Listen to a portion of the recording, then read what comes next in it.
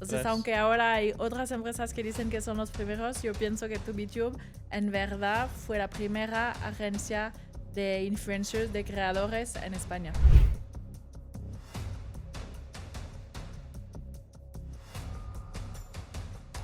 ¿Qué era lo más difícil del entorno digital en esa época? Las marcas tienen que perder un poco este control que tienen sobre la comunicación de la marca. Pero ahora mismo, ¿cuál crees que son los creadores que están triunfando? Y luego hemos comprado una empresa en Ecuador, ahora tienen 60 millones de seguidores y fue apostar.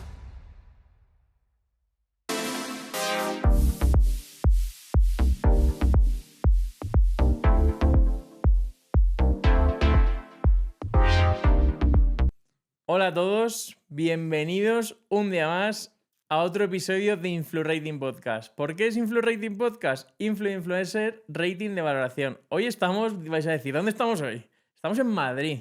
Estamos en los estudios de 2BTube. Ahora os voy a presentar a la invitada de hoy, que ahora le daré las gracias también porque por eso hoy estamos aquí.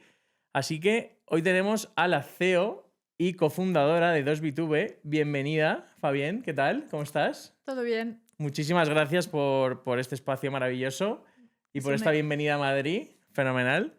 Así que vamos a empezar. La primera pregunta que hago siempre, yo esto lo estructuro por bloques, y la primera pregunta que hago siempre es ¿quién es la invitada? En este caso, ¿quién es Fabián? Cuéntanos. Yo soy Fabienne Fourquet, nació en Francia, en el sur, en los Pirineos, y estudié luego en Toulouse y en París. Estudié marketing, comunicación en una escuela de negocio y me fui a vivir en enero del año 2000 a Nueva York. Vale. Y a trabajar como de becaria en un canal de televisión que se llama A&E. Tienen el canal A&E, History Channel, Biography Channel. Y me quedé ahí 10 años trabajando uno en el ámbito del marketing. Vale. Entonces soy muy apasionada del marketing. Marketing en los medios, marketing de la tele. Y también en 2004 empecé a crear el negocio del negocio digital y de la distribución digital. En aquel momento en A&E teníamos derechos a los programas porque los programas eran esencialmente documentales, fact-based content. Y cuando haces esto, tienes derecho para distribuir. Entonces empecé a hacer la distribución, que es vender a nuevas plataformas. En aquel momento hice deals con Google TV, con Microsoft. Viajé en todo el mundo. De hecho, he vivido un año en Singapur y un año en Londres. Trabajé con todas las cadenas de televisión locales, que tenemos una aquí, que es una partnership con Multicanal. Teníamos una en Inglaterra con Sky. Y también empecé a llevar la web, los derechos digitales, todo este mundo digital que me apasionó mucho. Me apasionó porque siempre está cambiando. Claro. Siempre tienes que cambiar las reglas del juego. Tienes una parte que es mucho más sociológica también, que no es solo un negocio, es aprender un poco cómo la gente va cambiando sus hábitos, cómo el consumo de los medios están cambiando. Y me apasionó. Y también me apasionó descubrir el punto de crear un negocio, ¿no? Claro. Empezando desde cero y luego creamos un negocio que llevaba unos 10 millones de facturación, pero fue súper interesante para mí ir del lado marketing, que es un poco gastar, al lado nuevo negocio, que es hacer deals y crear una nueva casi empresa dentro de la empresa. Luego en 2010 me mudé a París y trabajé en Canal Plus como jefa del contenido digital. Ahí también durante 4 años una experiencia muy buena. He llevado la estrategia de crear canales de YouTube dentro de Canal Plus. Hemos invertido en un multi-channel network que se llama Maker Studio, antes que se vendía a Disney en 2013, me parece. Y luego me ha dado un poco esta idea que había un montón de audiencias en las plataformas digitales, especialmente en YouTube, antes de TikTok y antes de Instagram, y que no había una industria muy consolidada y una ambición de profesionalizar este ámbito, ¿no? Había creadores mucho tiempo en su cuarto, en sus habitaciones haciendo vídeos que llevaban millones de views, Sí. pero no había muchas empresas que se dedicaban a este ámbito. Y de ahí ha venido la idea de crear a TubiTube, que llamamos TubiTube, no dos Ah, BTube. ok, TubiTube. Como Tubi, como Sí. el verbo de quiero estar, quiero ser una persona, quiero ser quizás famoso. Y era la idea que en estas plataformas había un montón de gente, de humanos, que ahora llamamos influencers o creadores, que querían exponerse y compartir su vida o su sabiduría o hacer contenido de comedia, por ejemplo, ¿no? Y hemos visto con mi socio Bastian Maninveld, que estaba viviendo aquí en Madrid, que había un poco una oportunidad en los países hispanohablantes de crear una empresa con esta ambición de reunir audiencias digitales, de trabajar con creadores de contenido, con marcas y de crear un negocio dentro de este ámbito digital, veniendo de la televisión y conociendo un poco las reglas del juego, del contenido y de los negocios asociados a los contenidos, ¿no? Qué guay. Esto era la idea. Qué guay. Pues el primer bloque que tengo es hablar un poco de la agencia TubiTube. Sí, perfecto, TubiTube. Aunque nos has contado ya un poquito de lo que acabas de mencionar un poquito. Entonces, ¿cómo recuerdas, porque claro, cuando tú empiezas después de toda esa experiencia que nos acabas de contar, ¿cómo recuerdas el primer día de la agencia? O sea, ¿eso cómo fue? Es una buena pregunta. Uno, crear una empresa, ser emprendedor cuando siempre has trabajado en grandes empresas, es un poco un salto al unknown, ¿no? Un salto al vacío, al vacío. Y como dicen, tengo muchas quotes que me gustan, pero hay una que dice esto: it's like jumping in the void and learning how to fly as you jump, ¿no? Entonces tienes que tener un poco este coraje de ir a algo desconocido y también las ganas de aprender mientras tanto estás saltando. ¿Algún recuerdo gracioso? Yo no hablaba muy bien español, casi no hablaba español. Había aprendido un poco en el cole, pero un año. Entonces, los primeros días de la empresa para mí fue hacer las entrevistas a la gente que iba a unirse a TubiTube sin entender mucho de lo que estaban respondiendo cuando yo hacía las preguntas, ¿no? Me acuerdo especialmente un empleado que se llama Valle, que era creador, porque hemos buscado gente en el mundo de los creadores. Es creador de videojuegos. Hola, Valle. Y él es de Andalucía. Y tiene un acento. Y en aquel momento no entendía. Pero vi en la entrevista que él hablaba mucho, tenía muchas ganas y así lo contraté, ¿no? Sí.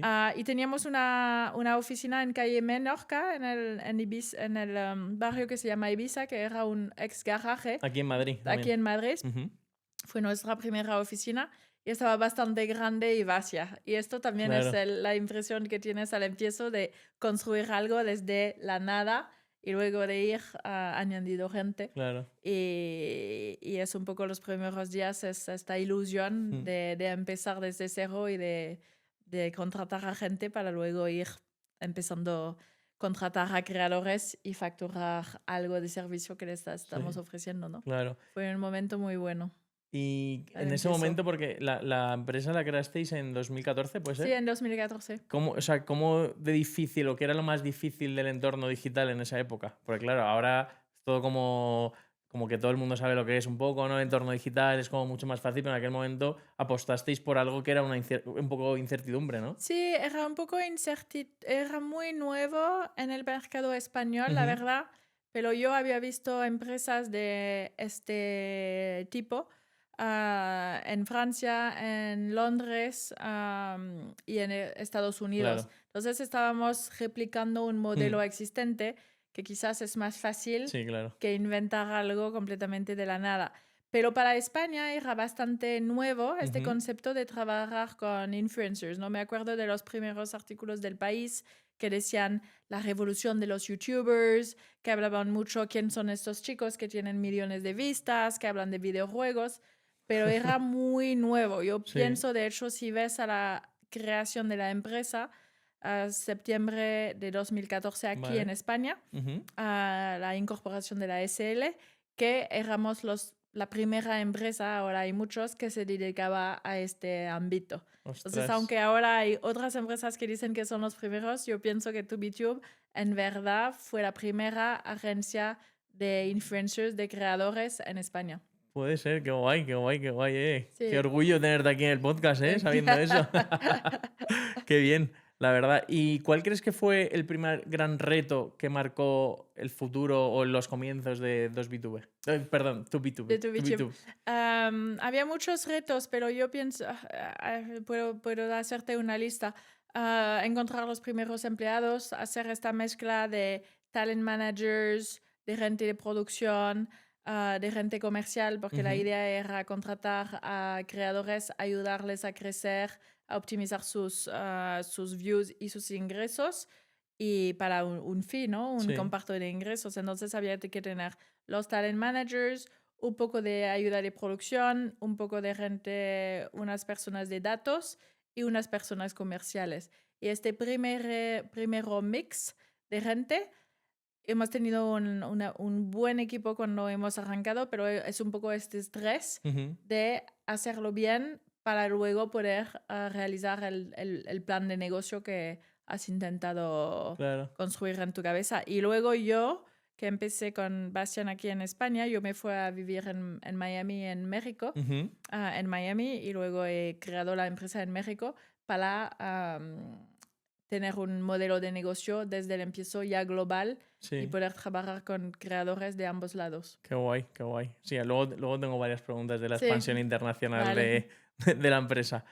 ¿Y hubo algún cliente, un cliente o algún creador, algún youtuber clave que os cambie un poco el rumbo de la Sí, empresa? hemos empezado con PlayStation Ok, en muy bien. 2015, Ujú.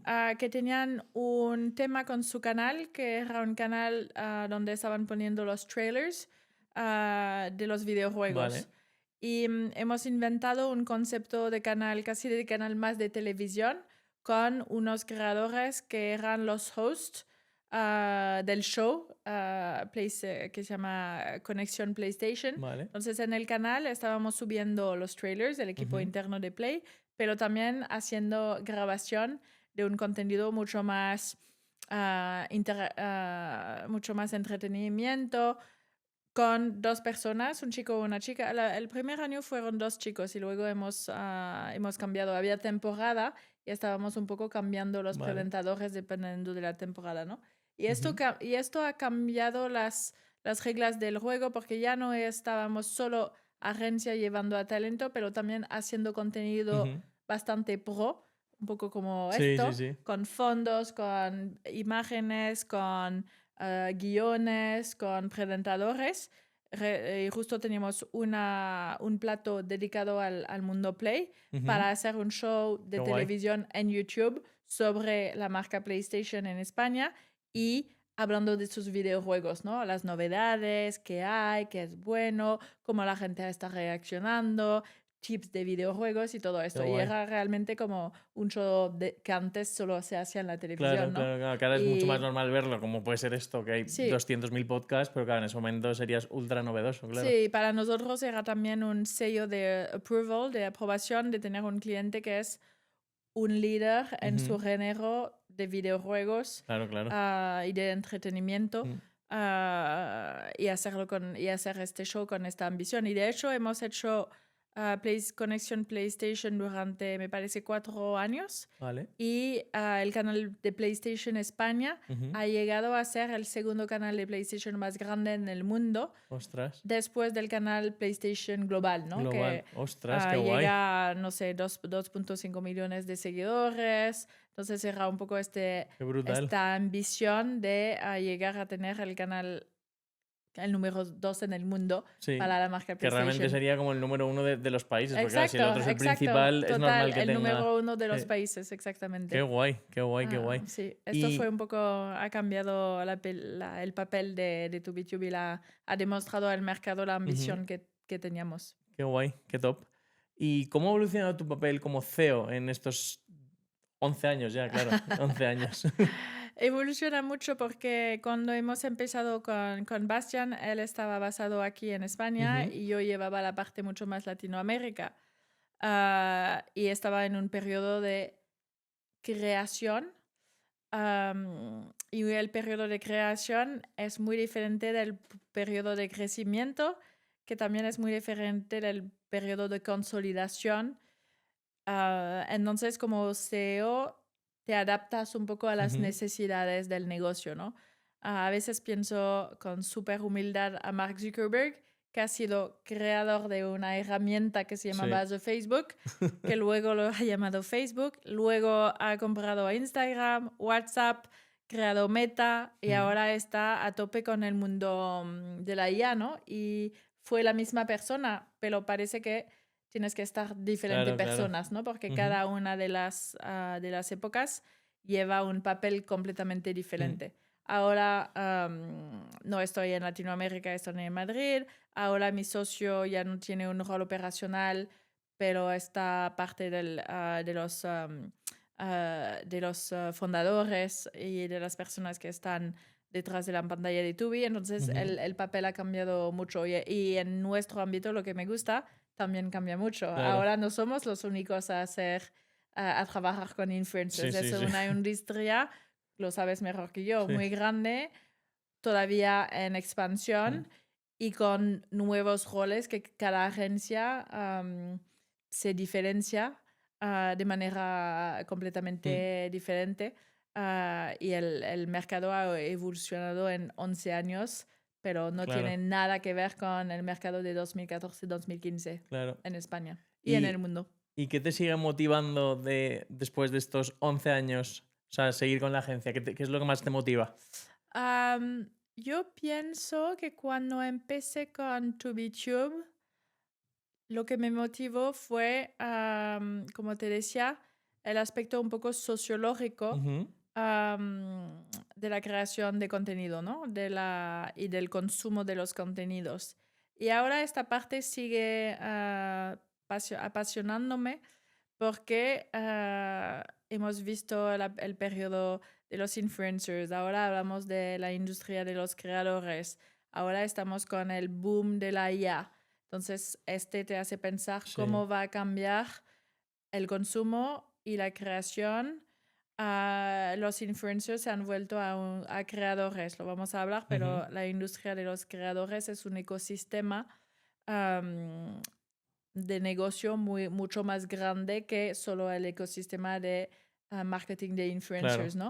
Ujú, Entonces, sigue apasionándome este ámbito y como está creciendo, también hay diferentes como líneas verticales de negocio. ujú, am, y para mi mente es un desafío ver cómo va a crecer en los próximos 10 años. Y es claro, la claro. parte que sigue interesándome porque pienso que tengo la suerte de trabajar, de conocer a gente que son muy leaders o muy ¿Narios? visionarios en el ámbito digital y de la industria de los creadores, que ya conozco desde hace 10 años, entonces también me da un montón de respeto de ver a esta gente Ujú, pensar a lo que va a ser el futuro de la industria, ¿no? sí, qué guay. Pues ahora sí vamos a pasar al siguiente bloque, que es la expansión internacional, porque si tengo bien apuntado aquí, tenéis oficinas aquí en Madrid, Ciudad de México, Quito y Miami, Sí, ¿cierto? sí. Vale, entonces, cuéntanos un poco por qué decidisteis que la agencia tenía que ser global, aunque has mencionado ya antes un poquito, pero bueno, si nos puedes contar un poco Sí, más. cuando empezamos TubeTube pensamos no en el ámbito país, pero en el ámbito habla hispana. Vale. Porque es verdad que si ves al consumo en YouTube o en las Ujú, plataformas digitales, el consumo se hace mucho en términos de idiomas. Y ahora con el automatic dubbing va a ser en todo el mundo, ¿no? Pero claro. en aquel momento era más, vale, hay una oportunidad de mercado, pero si pensamos a este mercado como un mercado global basado en el idioma, es mucho más interesante crear una empresa mucho más Sí. grande y con toda la conexión que se puede hacer entre lo que pasa en Latinoamérica, lo que pasa en Estados Unidos con la gente que habla español, los US Hispanics o ahora los Latinx, y lo que pasa en España. Y es verdad que hay un poco de crossover. No hay tanto, pero hay un crossover de marcas, hay un crossover de especificidades de lo que hacen los creadores en el mercado hispanohablante. Ahora, a la hora del contenido premium se ve mucho con Netflix haciendo producciones aquí, con producciones acá en Colombia, que hay un mundo hispano un poco más consolidado que es un poco más grande que solo un país, ¿no? Entonces, por eso hemos decidido apostar para una empresa global en los países hispanohablantes desde el día 1. ¿Y cuál fue la primera ciudad que expandisteis después de Madrid? Segunda Madrid, empresa que hemos creado. Entiendo que he puesto Madrid la primera porque entiendo que es así. Sí, la primera creación de la empresa 2B2 BCL fue en Madrid. Y luego Miami la número 2 y México City MX la número 3. Y luego hemos comprado una empresa en Ecuador. En Ecuador, vale. Que son los creadores de Enchufe TV, que es el canal de comedia más grande en Latinoamérica. Ahora tienen 60 millones de seguidores. Y fue apostar para una marca existente en el ámbito digital, la Leader, para poder posicionarnos como no solo empresa que hace marketing, que trabaja con creadores, pero que también crea contenido que funciona en las plataformas digitales. Y de hecho trabajamos de la mano con esta empresa que antes se llamaba Touche Films, luego lo hemos llamado Tubilatam y ahora hemos hecho un rediseño y todo el mundo es TubiTube. Ok. Ostras, que 60 millones has dicho de seguidores. Sí, de seguidores. ¡Buah! 30 millones en YouTube, 20 en Facebook, 5 en TikTok o algo así. Es muy fuerte. Ostras. Todo el mundo en Latinoamérica les conoce. Y lo interesante de Enchufe es que vienen de Ecuador.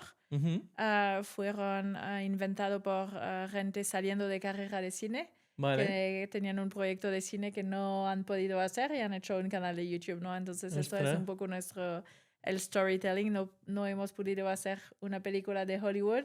Hicimos un canal de YouTube y el canal ha crecido como la espuma. Y seguimos trabajando con los creadores que somos socios.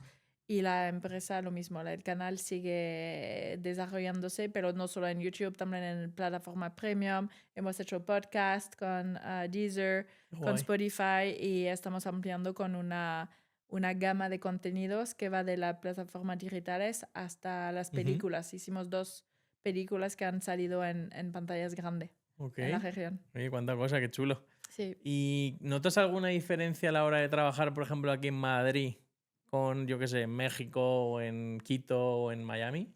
Yo he trabajado de hecho, trabajo ahora en Madrid, en Estados Unidos, en México y en Ecuador. Y también antes he trabajado en Nueva York y en París, ¿no? Y un poco en Singapur y en Londres. Entonces, hay muchas diferencias. Claro. Cada país tiene la gente que tiene una cultura, una historia diferente. La educación también es diferente. El ámbito digital también es algo diferente. El emprendeurship, el entrepreneurship también tiene pinta diferente. Entonces, sí, no te podría decir exactamente ser realistas de cosas que son diferentes. Lo que a mí me encanta trabajando en España es que la gente es muy humana. El mundo profesional es muy cerca del mundo personal. En general, si hay un buen ambiente en el trabajo, la gente está feliz. Cierto, de hecho, este fin de acabamos de hacer una carrera con como 8 personas de la oficina. Esta semana hacemos una cena de Navidad que es como un barbecue donde aprendemos a cocinar y luego comemos lo que hemos cocinado. Toda esta parte es muy importante aquí. Es muy importante en otros países, pero de manera diferente. Claro. Aquí el mundo profesional y personal es muy close y esto me gusta. Y a nivel creadores, o sea, la relación que has podido tener con creadores en España y has podido tener relación con creadores en otros países, ¿es también diferente? ¿Es un poco así también?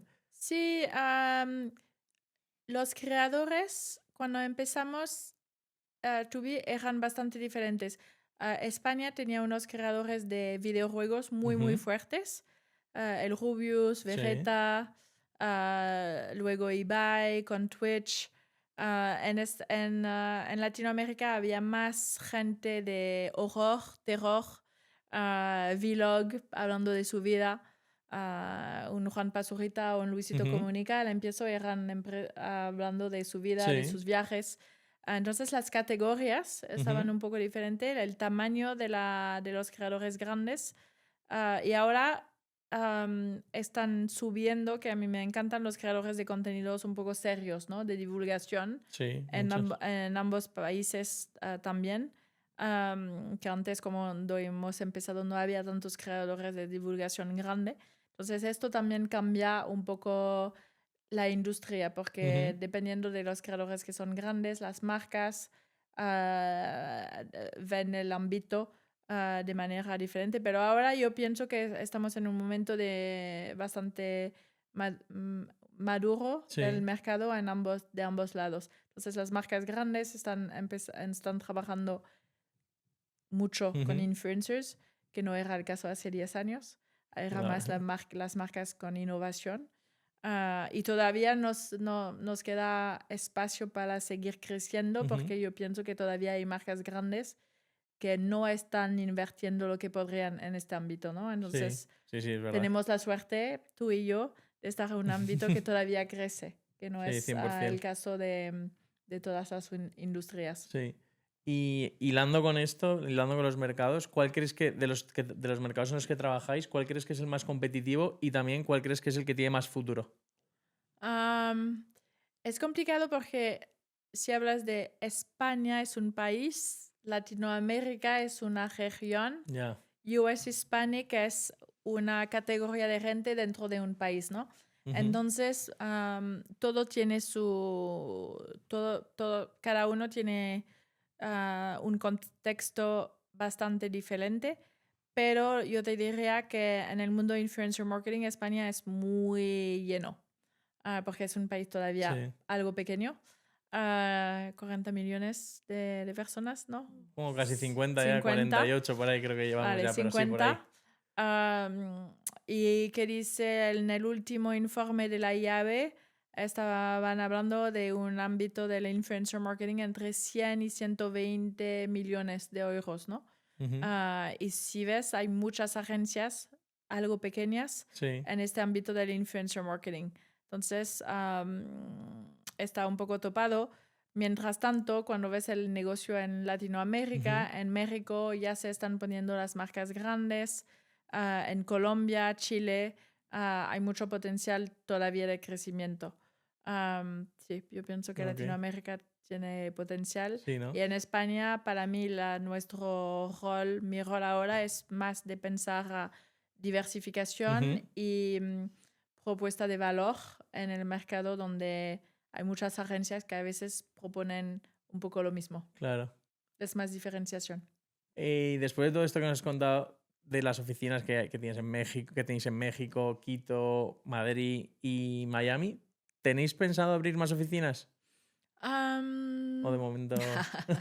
No pienso abrir más oficinas, pero lo que estamos desarrollando ahora mismo es ofrecer nuestros servicios en los servicios esencialmente de optimización de los contenidos en las plataformas digitales para creadores medios y marcas. Vale. También en inglés, porque es algo que ya hemos tenido clientes que nos han contratado para canales en diferentes idiomas, pero siempre los clientes han venido desde la parte en español y luego han ampliado porque estaban felices del trabajo que estábamos haciendo juntos. Entonces es un poco de manera oportunista que este negocio multidioma ha empezado. Y ahora ya lo queremos construir de manera mucho más sistemática. Qué bien. Entonces, hemos hecho un redesign de la marca de TubiTube para afrontar los próximos 10 años. Hemos reposicionado la oferta de valor y hemos cambiado la web para relanzarla en español y en inglés. Vale. Y ahora es el momento, yo fui a la Paris Creator Week la semana pasada, luego voy al 1 Billion Followers Summit en Dubai y la idea es de dar a conocer nuestros servicios también a países en inglés o en francés o en portugués. Ya, que no sean Y luego solo, poder tener clientes donde gestionamos sus contenidos, videos en las plataformas en cualquier idioma. Vale. Oye, pues muy interesante. Y por eso tenemos la suerte de tener un equipo que todo el mundo puede hablar español, pero también inglés. Claro. Cuando hay necesidad de ofrecer servicios en diferentes idiomas, también contratamos gente que son nativos de estos idiomas. Entonces es un poco cambiar el equipo y reorganizarlo un poco, pero para así poder hacerlo de manera muy un poco más industrializada. Vale, qué bien, qué guay. Pues vamos a pasar al siguiente bloque ahora, aunque realmente íbamos todo el rato hablando de influencer marketing, creadores, etcétera. En este caso quiero hablar un poco más de cómo es el pasado, presente y cómo es el futuro, aunque lo hemos tocado, pero un poquito más para profundizar. ¿Por qué influencer marketing? ¿Por qué? Porque estamos en influencer rating de valoración. Entonces, ¿cuál era el mayor miedo de las marcas? Porque hemos estado hablando ya que ahora las marcas, pese a que aún faltan marcas por invertir en influencer marketing, en 2014 las marcas prácticamente no invertían en influencers. Entonces, ¿cuál crees que era o cuál veías que era el mayor miedo que tenían? Influencers, youtubers, creadores. Sí, un creador es una persona humana, ¿no?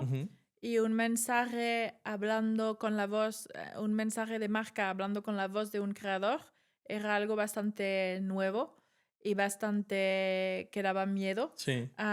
Porque las marcas tienen que perder un poco este control que tienen sobre la comunicación de la marca. Y todavía hay un poco de esto, pero pienso que las marcas están viendo que hay una manera de comunicar. Ahora estamos en el periodo de saber cuál es una buena manera de comunicar con influencer versus una manera un poco demasiado templated, demasiado rígida, ¿no? Entonces hablamos siempre todos mucho de contenido orgánico, de autenticidad. En la Paris Creator Week la semana pasada justo había un poco esta pregunta de si una marca tiene que dar un brief muy detallado o tiene que dejar el creador dar su creatividad sobre la marca. Entonces estamos en este momento donde el espacio de creatividad fluye un poco y estamos viendo entre la rigidez o las necesidades de las marcas, la naturaleza, la autenticidad del creador y la performance de la campaña. Y estos tres elementos están variando un poco dependiendo de la madurez del mercado, del tipo de marca que estamos hablando. Pero yo pienso que ahora ya todas las marcas saben que tienen que tener una estrategia de un narrative, un storytelling que va de la mano con los creadores de contenido. Y yo pienso que hay unas marcas tipo marcas de lujo que tienen un mundo de comunicación mucho más elaborado, pero que están encontrando una manera de trabajar con creadores. Y luego nosotros, por ejemplo, tenemos la suerte de trabajar con marcas tipo en Brooklyn Fitboxing, que cuando están lanzando en nuevos países, el marketing de influencer es una parte clave de su lanzamiento porque tienen un valor de marca muy, muy claro, que es la health con fitness. Tienen un método muy también bien diseñado, que es el modelo de los clubes de Brooklyn Fitboxing. Y cuando abren tiendas, oficinas, gimnasios, aunque son marcas nuevas, no lo hacen en un mundo de publicidad tradicional, lo hacen mucho con las voces de los creadores que eligen.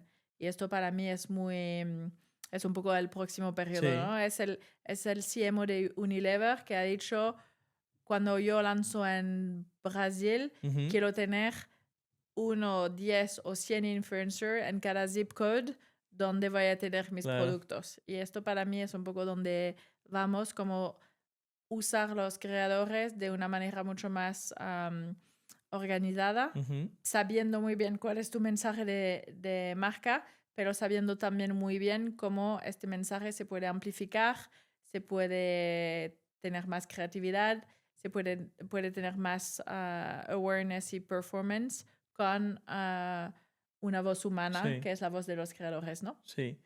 Y a nivel de los creadores, desde el 2014 hasta hoy, ¿en qué momento crees? Porque no sé si porque yo esto te digo desde mi punto de vista, o sea, creo que el sector, lo hemos estado hablando antes fuera de cámara, se está profesionalizando y se ha profesionalizado mucho en los últimos años, pero aún yo creo que le queda un poco. O sea, le queda un poquito más para digamos, llegar al top o a la nota 10, ¿no?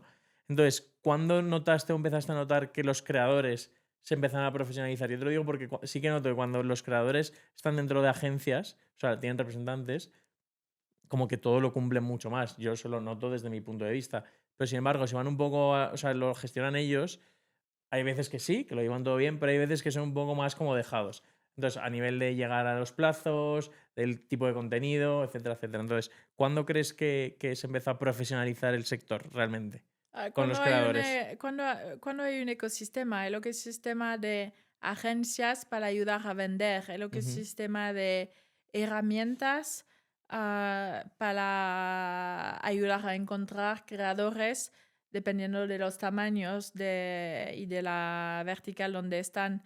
Cuando hay un sistema también de datos, que esto sigue siendo muy complejo, que ayuda a las marcas a entender un ámbito humano, pero que también necesita datos. Por ejemplo, la profesionalización de la tele ha venido del concepto de GRP, ¿no? Gross Rating Points, que es cuál es el rating de la televisión y cuántos eyeballs vas a ver.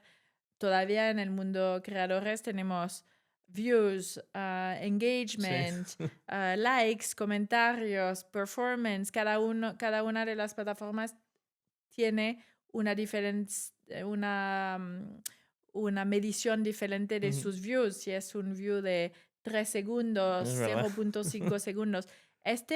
Añade un poco de complejidad a la hora de tener un ámbito muy medible y muy profesional para todos. Tienes razón, las agencias o los gestores de creadores son gente que, aunque son un intermediario, están intentando profesionalizar el ámbito, ¿no? Porque yo sigo siempre diciendo que un creador es un emprendedor máximo. Tiene que crear, es un creativo, tiene que crear, guionizar, ser la voz, la cara, revisar cifras, back office. Y nosotros intentamos ser un poco el aliado del creador en el sentido que él puede hacer el contenido y nosotros los servicios que ofrecemos a los creadores, que no son tanto ahora servicios de marcas, pero más servicios de optimización de tu contenido, ayudar a hacer que tu contenido sea en diferentes idiomas, en diferentes formatos, distribución multiplataforma, protección de contenido, antipiratería, protección de tu imagen. Todo esto, yo digo al creador, tú tienes que hacer tu contenido 1, 2, 3 a la semana que sean lo mejor y nosotros en Tubitium nos encargamos de apoyarte para que este contenido sea visto en todas las plataformas y sea optimizado para que tú sigas recibiendo más ingresos, ¿no? Y la parte de marca también es una parte que hacen las agencias y que es muy útil a la hora de presentar un creador de contenido de manera más profesional a la marca y de asegurar a la marca que esta campaña se va a hacer de manera seguida, con los prerequisitos que la marca ha pedido, con el brief, con los plazos, con los datos después, con un feedback loop de datos para poder mejorarse si ellos deciden hacer otra tanda. Esto es un poco todavía el desafío, todavía queda camino, pero estamos en ello, ¿no? en ello. Sí, que es verdad. Antes hemos estado hablando que los creadores que triunfaban en los principios no eran, sobre todo, tema de videojuegos, youtubers de videojuegos y tal. Pero ahora mismo, ¿cuál crees que son los creadores que están triunfando? Yo te digo, yo soy bastante apasionada por los contenidos de divulgación porque me parece súper importante que ahora que los niños, los jóvenes están aprendiendo mucho más con el medio video que con el medio escrito, que estos contenidos están subiendo. Nosotros trabajamos con Suzy Profe, trabajamos con Quantum Fracture, hemos trabajado con Ter y Jaime Altozano, y son creadores que realmente hacen un contenido muy complejo y pueden llevar millones de views por cada video, que esto me parece una barbaridad. Sí, sí. Pero yo te diría que todas las verticales siguen creciendo. ¿no? Hemos trabajado con Actuality en TikTok, que es el medio de noticias más importante en TikTok. Tienen casi 5 millones de seguidores. Tiene un podcast también, ¿no? Haciendo noticias. Tienes creadores de podcast también, que nosotros estamos, de hecho, hacemos distribución de podcast video en Spotify con creadores que están ampliando un poco sus plataformas y su narrativa con este modelo que es el modelo de los podcasts. Sí, yo te diría que quizás antes eran verticales muy, muy globales, videojuegos, comedia, y ahora vamos a contenido más nichos, más, pero que todavía pueden acceder a millones de followers, ¿no? Entonces se está ampliando de manera general. Yo te estaba diciendo que hay 200 millones de creadores al día de hoy en el mundo, que le hace el país número 5 o 6 si el mundo de los creadores era un país. Entonces lo que estábamos diciendo, este ámbito necesita herramientas, agencias, apoyo financiero, apoyo de herramientas para gestionar sus ingresos. Todo esto lo necesitan y todavía este ámbito se está construyendo. Y casi el influencer marketing es una parte, pero hay muchas otras cosas partes detrás. Sí, 100%. ¿Y qué crees que qué aporta TubiTube en campañas que otras agencias quizás no aportan? No tienes que decir otras agencias, pero bueno, véndete. Sí, te digo, nosotros el posicionamiento ahora de la empresa es que tenemos soluciones de contenidos para marcas, medios y creadores, ¿no? Entonces lo que intentamos hacer no es tanto campañas con influencers, pero más estrategia de marcas en el largo plazo. Entonces, si eres una marca que tiene muchos contenidos, pero no tienes un canal de YouTube, quizás te vamos a proponer crear un canal de YouTube en multiidioma con contenido corto para poder exponer tu marca y tus productos en YouTube, que YouTube es el segundo motor de búsqueda en el mundo, el primero siendo Google, y también YouTube te ayuda a indexar con los LLMs, con los ChatGPT, Gemini y todo esto. Y si tienes una marca que tiene productos, que sean productos de DIY, de bricolaje como un Leroy Merlin, de deporte como un Decathlon, gimnasio de boxeo como Brooklyn Fit Boxing, quizás tener un canal e invertir tu tiempo y tu energía en un canal es una buena estrategia. Y luego el influencer marketing va a venir a la hora de amplificar este canal para poder tener millones de views. Entonces estamos intentando con las marcas siempre entender más que una campaña o una cosa de influencer marketing, cuál es la narrativa, cuál es el posicionamiento de la marca y cómo podemos responder a sus necesidades con una estrategia adaptada, siempre intentando llegar a una audiencia, a unos consumidores que luego van a tener que van a poder comprar de esta marca, ¿no? Pero yo siempre digo, la marca antes de vender tiene que ser conocida, tiene que tener una existencia en el ámbito digital, tiene que enamorar la audiencia para luego engage y para luego consumir. El funnel es el funnel total. Es importante a trabajar antes de solo decir tengo un producto, quiero conocer este producto con estos 3 influencers. Intentamos volver a subir un poco al nivel estratégico y luego decir, vale, si en el nivel estratégico vamos a definir 5 pilares, luego vamos a actuar en uno y quizás ya tienes los otros hechos. O quizás tu estrategia a 3 años es construir una presencia de marca con contenidos y no solo gastarte todo en esta campaña. Claro. Pues vamos a pasar al último bloque antes de la tarjeta de InfluRating, que es también en TubiTube sois productora audiovisual, ¿verdad? Sí. Por eso entiendo también que tenéis este plató Sí. y demás. Entonces, ¿qué formato de podcast, pues ya que estamos en un podcast, vamos a hablar de podcast un poquito, ¿qué formato de podcast crees que es hoy el más rentable para marcas y creadores? Mm. ¿Qué tipo de Am, podcast? yo, otra vez, depende un poco de la estrategia de la marca. Ujú, Si una marca es una marca muy B2B con un tema, imagínate, médico o health o algo, un formato podcast puede funcionar muy bien porque son conversaciones un poco más largas, un poco más complejas que vas a tener que hacer para que tu marca sea conocida en un Sí. ámbito B2B, por Ujú, ejemplo. Nosotros trabajamos con una marca de seguro Vale. e hicimos una Santa Lucía. Ujú, E hicimos unos podcasts sobre la mental health, Vale. hablando de, haciendo entrevistas a gente famosa, que estaban actores en Netflix, gente un poco famosa, y cómo han gestionado su llegada a la fama. Y sus problemas de su salud psicológica. Mm, Y esto era un formato un poco, un producto más complejo de decir que Santa Lucía tenía Claro. un propósito de ayudar a la gente en los momentos de salud mental, ¿no? Ujú, Entonces yo pienso que cuando hay cosas un poco más exigentes a explicar, el podcast, el video didáctico puede ser un buen formato. Siempre también pienso que como toda estrategia, como tú lo sabes mejor que yo, un podcast es un formato que necesita inversión en tiempo. Sí. No vas a hacer un episodio que se va a volver viral. No, no.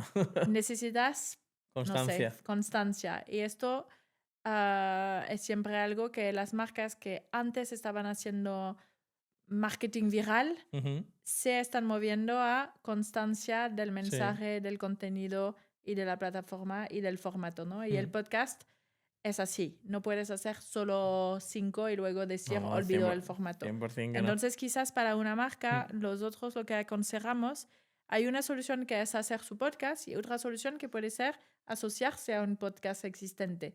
También esto es una oportunidad. ujú, Si eres una marca de productos saludables, quizás hay podcasts existiendo que hablan de vida saludable Claro. que podrías patrocinar Ujú, o hacer un trozo del podcast dedicándose a tu producto, no sé. Entonces es un poco mm, pensar a la estrategia del objetivo de la marca y ver cuál es el formato, hacer uno propio, asociarse a otro. Hay muchos modelos mm. que son posibles, pero es un formato muy exigente, largo, donde puedes explicar y destacar cosas de manera diferente que en un video de Sí, 10 sí, sí. minutos una vez, 100%. por ejemplo. Sí. Por eso. Y ahora estamos hablando de la parte buena, pero también hay errores cuando se hacen podcasts. Entonces, ¿cuál crees que son los errores que algunas marcas pueden tener al lanzar un podcast? Porque yo te digo porque no recuerdo ahora qué podcast eran, si no te diría el nombre, pero venden un producto, no recuerdo cuál era, pero a lo mejor luego entrevistan a gente que habla de política. Entonces, como que no machea en teoría, Sí. ¿sabes? Entonces, o sea, ¿qué tipo de errores crees que pueden las marcas? Claro, porque si es en mi caso, por ejemplo, yo en este podcast se habla de marketing influencers, siempre, en todos los episodios, aunque sea un trocito, ¿no? Porque por eso lo he creado. Pero claro, si tú estás vendiendo, me voy a inventar, unos cereales y luego, o sea, estás hablando con alguien que te habla de política, no sé cómo no sé Sí, si la eso, conexión no es. claro, no hay mucha conexión. Es una buena pregunta, pero también si volvemos a la base que son los errores de las marcas Ujú, en el marketing digital, es un poco los errores que estaban haciendo hace 10 años. Me quiero asociar con Rubius, claro. pero why? Y siempre yo digo lo mismo. ¿Por qué? Porque piensas que su audiencia corresponde a la tuya. O porque alguien te ha dicho que había que hacer algo con Claro. Ibai, con Marta Pombo, o porque son los grandes los únicos que conoces, o porque Exacto. realmente su audiencia está súper bien alineada con la tuya. Porque el problema luego de asociarse con el Mm, grande es que quizás se van a asociar con muchas marcas que son quizás competidoras y entonces Sí, la total. retención del mensaje no va a ser tan buena. Entonces, la primera pregunta es, vas a buscar danos tu objetivo de marca y tu audiencia objetiva y vamos a buscar el medio apropiado o el creador apropiado. Entonces, si tú tienes un producto que es una herramienta de un SaaS de influencers, quizás asociarte con InfluRating tiene sentido porque es el mejor podcast sobre el ámbito del influencer marketing en España. Pero no vas a otro que tiene quizás una audiencia más grande, pero que no está nada alineado con tu propósito de marca. Fenomenal. Y luego la siguiente pregunta que tengo es, ¿qué crees que diferencia a un podcast profesional? Porque, claro, hay gente que no tiene a lo mejor el presupuesto, no tiene los materiales, no tiene todo, ¿no? El equipo para montar uno profesional. Entonces, ¿qué crees que diferencia a uno profesional de uno casero? ¿Y qué crees que es más importante? ¿La calidad, digamos, de vídeo, sonido, etcétera? ¿O lo que es el contenido de lo que se habla? Es pregunta difícil porque los dos son súper importantes. El podcast ahora se hace un medio más video, pero antes era un medio de escucha. Entonces, la calidad del sonido, no puedes hacer un podcast sin calidad de sonido top. Ahora también hay muchas herramientas que puedes hacer sonido top solo con un micro de pequeños y hacer la grabación con un móvil. Entonces quizás no vas a hacer lo que tú tienes aquí, que es unos micros amazing y 3 cámaras, pero lo vas a hacer de manera mucho más casera. Y luego, si la calidad está bien y que el contenido está genial, también puede funcionar. Hay un nivel de calidad mínimo. Y yo pienso que la gente todavía sigue pensando que el contenido digital a veces no es de calidad, pero no. Ahora que hay 45% del uso de YouTube, por ejemplo, en la tele. YouTube, de hecho, en Estados Unidos es el medio, es el medio de tele más grande antes de ABC y todo. ¡Ostras! Porque es 15% del tiempo del watch time en la televisión es YouTube. Y si tú ves a las plataformas en tu gran televisión en la casa. Yo YouTube lo veo solo en la tele. O tu podcast, por ejemplo. Vas a ver que la calidad es importante, porque no lo vas a ver en 16:9, 1.40 meters televisión set, sin una calidad buena. Pero luego, como siempre, el contenido también es clave, porque la gente te va a escuchar y va a quedarte con ti y va a ver o escuchar tu podcast de 1 hora, y si se van a los 5 minutos, no te va a dar mucha publicidad la plataforma, ¿no? Sí. Es que a mí sí que me pasa, por ejemplo, si un podcast está grabado con una... No es que sea mala calidad, pero no es calidad casi top, o sea, como que no es que me cree rechazo tampoco, pero como que a lo mejor no lo veo. O sea, porque... Entonces yo, por ejemplo, cuando creé esto, sabía al 100%, yo sabía el contenido que quería hacer, a nivel de hablar, ¿no?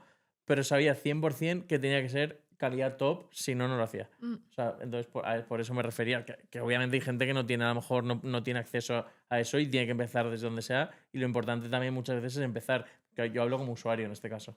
Lo importante con cualquier plataforma, el KPI más importante es el watch time. Y el watch time lo vas a tener si la gente te mira hasta el fin, y te va a mirar hasta el fin si la calidad es buena, calidad de imagen, y si la calidad del contenido es bueno. Entonces, si tienes los dos, normalmente tienes que ver que tu watch time sea alto. Y si el watch time baja, tú tienes que pensar por qué. ¿Por qué? Si la calidad del podcast es lo mismo, no es por esto, quizás es el contenido, pero hacerlo con una calidad óptima significa que vas a salir en el televisor de buena manera. Y esto es súper importante. Seguro. Ahora. 100%. Antes, quizás cuando el contenido estaba visto solo en el móvil, podías hacer un contenido de una calidad un poco pixelada o todo, pero ahora ya no. No, 100%, sí. Por último, la última pregunta que tengo antes de pasar a la tarjeta de InfluRating es, aunque ya seguimos hablando de podcast y hemos hablado bastante, ¿qué mensaje le darías a una marca que quiere lanzar un podcast pero no sabe cómo? O sea, ¿qué consejo le darías de, oye, pues tenéis que hacer esto o lo otro? Volviendo a lo que estaba diciendo, sería, ¿cuál es tu objetivo lanzando un podcast? ¿Con qué, de qué producto, de qué valor, de qué objetivo de marca quieres conseguir? Y luego vamos a ver en el ámbito de los podcasts si hay algo existente, Si tienes que crear algo, si es algo con invitados, si es Claro. algo con tus empleados, cuál es el tipo de formato que puedes hacer en un podcast. Depende muchísimo. Claro, claro. Y ahora sí que es la última, de verdad. y por último, en plan, y a un creador que ya tiene un podcast y lo quiere profesionalizar, ¿qué consejo le darías? Uno, si tiene un podcast que es solo audio, yo diría tienes que hacer video ya. Vídeo ya, ¿no? Porque las plataformas que sean YouTube o Spotify, YouTube siempre ha apoyado por video, pero Spotify está empujando mucho más ahora el video que el audio. Y luego, como dices, tienes que profesionalizar tu set para tener una calidad para el consumo. Y luego, último, tienes que mirar tus datos para ir mejor. Como un creador de contenido en YouTube. Tienes que mejorar tus contenidos uno a uno. Entonces tienes que mirar un poco cuáles son los episodios más liked, los comentarios, los más vistos, los más compartidos. Y también tienes que crear muchas piezas, hacer el marketing, ¿no? A veces los creadores de contenidos, que sean en el mundo podcast o en el mundo video, ponen un montón de energía a crear el contenido y no tanto a marketear. Y yo siempre digo, todo el tiempo que pasas a crear tu contenido, imagínate un creador de YouTube 20 horas para un video de 5 minutos. Estos 20 horas las tienes que pasar haciendo el marketing. Claro. Poniéndolo en short, en tu Instagram, en tu TikTok, en tu LinkedIn si eres un creador profesional. Y luego viendo un poco lo que ha funcionado, lo que no, y pensar un poco esto en bloque, ¿no? Claro. Los bloques de entrevistas, cuáles fueron los análisis de este bloque y luego ir mejorando. Es siempre un feedback loop. Claro. Pues ahora sí, vamos a pasar a la tarjeta de InfluRating. Ya te la he contado antes, pero la voy a explicar otra vez a la cámara. ¿Lo ves desde ahí? Sí, ¿no? Tarjeta de InfluRating. ¿Por qué? Influencer, rating de valoración. 5 estrellas, 4 estrellas, 3 estrellas, 2 estrellas, 1 estrella. Hoy quiero que, si te parece bien, nos cuentes lo que más disfrutas o lo que más te gusta y lo que menos, o sea, 5 estrellas sería lo que más, 1 estrella sería lo que menos, de tu papel como CEO aquí, en TubiTube. Me encanta. Y ve contándonoslo, claro. Puedes empezar como quieras, salteado, de abajo arriba, de arriba abajo. Te lo voy a contar, es muy fácil. Lo que me encanta es trabajar con la gente. Muy bien. La verdad es que yo pienso que el lujo que tengo es, como CEO, eliges a la gente que van a ser tus trabajadores. Yo, de hecho, hago entrevistas de todo el mundo y de los becarios.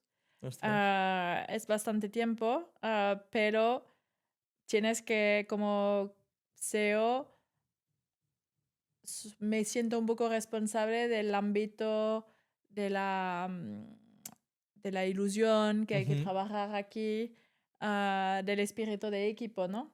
Y esto corresponde a tener gente con unos valores, que puede ser una buena gente, que puede ser ilusión sobre la creación de contenido, sobre el tema marketing digital, sobre el marketing de influencer, conocimiento de este ámbito. Y estas son las cosas que realmente busco en unos empleados. Y esto me encanta, porque luego cuando trabajas en grupo, en equipo, en colectividad, todo el mundo puede aprender de todo. También hay una diversidad bastante importante. Yo soy una mujer, mi socio es un hombre, tenemos hombres y mujeres de diferentes edades, tenemos muchos jóvenes porque es un ámbito donde los jóvenes a veces se entienden muy bien, pero también gente con más experiencia que pueden trabajar bien en equipo y aportar un poco su punto diferente. Entonces, es una parte muy... Pues la verdad es que lo estás consiguiendo porque nos han recibido muy, muy bien cuando hemos llegado aquí. Sí, son muy buenos. Lo que no me gusta es cuando hay que despedir a personas, que también pasa.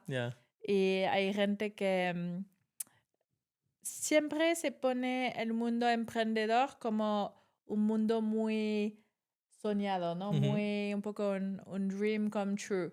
Pero también, como todos los trabajos, pero este en particular, tiene un poco su parte dark y su parte compleja, ¿no? Y esto, cuando tienes a despedir unas personas porque quizás no corresponden a la necesidad de la empresa al día de hoy, quizás no son las mejores personas para el puesto.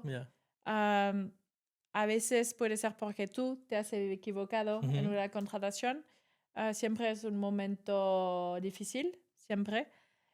Pero también pienso que si hay una manera de hacerlo bien. Lo que siempre digo es que cuando cortas una relación amorosa, no hay manera de hacerlo bien, ¿no? Porque alguien va a sufrir, ¿no? Va a sufrir, pero puedes intentar. Y luego yo soy bastante orgullosa de tener buena relación con mis ex empleados, no con todos los que han salido, pero es importante también porque somos dentro de un ecosistema pequeño. Y me encanta ver ex empleados de Tubi que son en otras empresas, que son felices, que hacen cosas diferentes. También hay Patri, por ejemplo, que ha venido Patricia González. Sí, Patricia, sí. Es una ex empleada de Tubi. Sí, Entonces, sí, hemos guardado una super relación. Es el siguiente episodio. Juntas, exacto. Entonces, esta es la parte un poco... No even one star, zero star. Es la parte que no me gusta nada. La parte estrategia. Yo sigo pensando que como... Estrategia 4 estrellas, ¿no? Estrategia casi es ahí, porque otra vez, como tú como emprendedor con tu podcast, es la parte pensar hacer un podcast. ¿Por qué? ¿Qué te ha venido? ¿Qué te trae? La parte de reflexión, ¿no? Y en este mundo donde todo va tan rápido y más rápido, tener tiempo, guardar tiempo para pensar a la parte estratégica, especialmente que somos en un ámbito que sigue creciendo y que sigue cambiando, es muy... Lo disfruto un montón. Y luego, no sé, te diría que 3 y 2, lo que disfruto, pero no tanto. Si quieres las puedes englobar en una. Te dejo si quieres. Lo que no es tan súper interesante. Es como un poco ni fu ni fa, ¿no? Hay un montón de administración, que no es la parte más... Cuando eres CEO haces de todo. Claro. Hay una parte que disfrutas mucho, hay una parte que tienes que hacer porque eres la única persona que puedes hacerlo. Y también hay una parte un poco que es vida de la empresa, papeles, administración, pagar las nóminas, pagar los proveedores, que no es la parte más intellectually challenging. Y no es muy divertido tampoco, ¿no? Es como aburrido. Como en todos los trabajos. Sí. Hay unas partes buenas y malas. Pues lo englobamos 3 y 2 estrellas en... ¿Qué palabra has puesto? ¿Administración o qué? Administración. Muy bien. Fenomenal. Pues hasta aquí... Pero quedo con trabajar con la gente y estrategias son mis super estrellas. Sí, puedes firmarlo, porfa, y luego esto me lo quedo y me los guardo en casa todos. Fenomenal. Mil gracias. Pues bueno, hasta aquí el episodio 23. ¿Qué tal? ¿Qué te ha parecido? ¿Has estado cómoda? Yo he estado súper cómoda, la verdad, que está fenomenal. A mí me encanta hablar de la trayectoria de la empresa y pienso que siendo una empresa que ya tiene 10 años, tenemos muchas historias y todavía tenemos mucha suerte de estar en un ámbito que sigue creciendo. Y la verdad es que, como te decía, la gente está ilusionada con esta parte influencer y la parte creación de contenido. Y justo lo que acabamos de hacer es exacto esto. Es hablar de la influencia de los creadores de contenido y creando contenido, que me parece una forma muy guay de compartir experiencia y de pensar un poco al futuro. Entonces, gracias por haberme invitado. Gracias a ti por habernos también dejado este sitio espectacular. Y luego... Que tenemos un día largo hoy para grabar cosas, pero bueno, este es el primero de hoy en Madrid. La verdad es que encantadísimo. Me encanta escuchar historias que motivan, que inspiran, la verdad, porque al final de esos 11 años, además se nota que previo a esto tenías experiencia en muchas cosas súper guays, como has contado. Entonces yo súper agradecido de traer perfiles como el tuyo que aporten, que al final lo que busco con esto es aportar y aprender, porque ya te lo he dicho antes, ya me he ido con un dato de los 200 millones de creadores en el mundo La que próxima viven vez de que ello, nos ¿no? vemos, quizás esta cifra va a doblar, no Sí, sé, sí. porque dicen que nuestro ámbito, el ámbito del consumo de YouTube crece entre 15 y 20% al año. Wow. Entonces va muy rápido. Si también es la cifra Sí, sí, del sí. crecimiento de los creadores. De hecho, nosotros hacemos un ranking cada año Ujú. de los creadores en España. Me parece que hay como 20.000, 19.000 y pico que son a más de 1 millón. Y Vale, luego más de 100.000 que son a más de 100.000. vale. Entonces, o 200.000, que es como una ciudad pequeña de De España. España. Entonces, también en España el ámbito es bastante, tiene un volumen muy interesante. Ostras, qué guay, no, me encantan esos datos, la verdad, me parecen súper interesantes. Pues bueno, hasta aquí el episodio de hoy. Gracias, Muchísimas Nacho. gracias. Gracias al equipo. Sí, el equipo brutal, ahí están. Y a vosotros, otro Gracias a episodio las más. audiencias. Exactamente, episodio 23. Qué locura, qué locura. Nos hemos movido de Valencia a Madrid. O sea, esto va para arriba, no para. Súper orgulloso, súper agradecido de conocer a gente como tú en este caso y como toda la gente que estoy conociendo, la verdad. Y hasta el próximo episodio, episodio 24, que realmente esto no lo sabíais a nadie, pero lo vamos a grabar de aquí 20 minutos. Pero son cosas que pasan. Así que nada, hasta luego, mil Gracias, gracias. Nacho. Muchísimas gracias a ti. Un placer.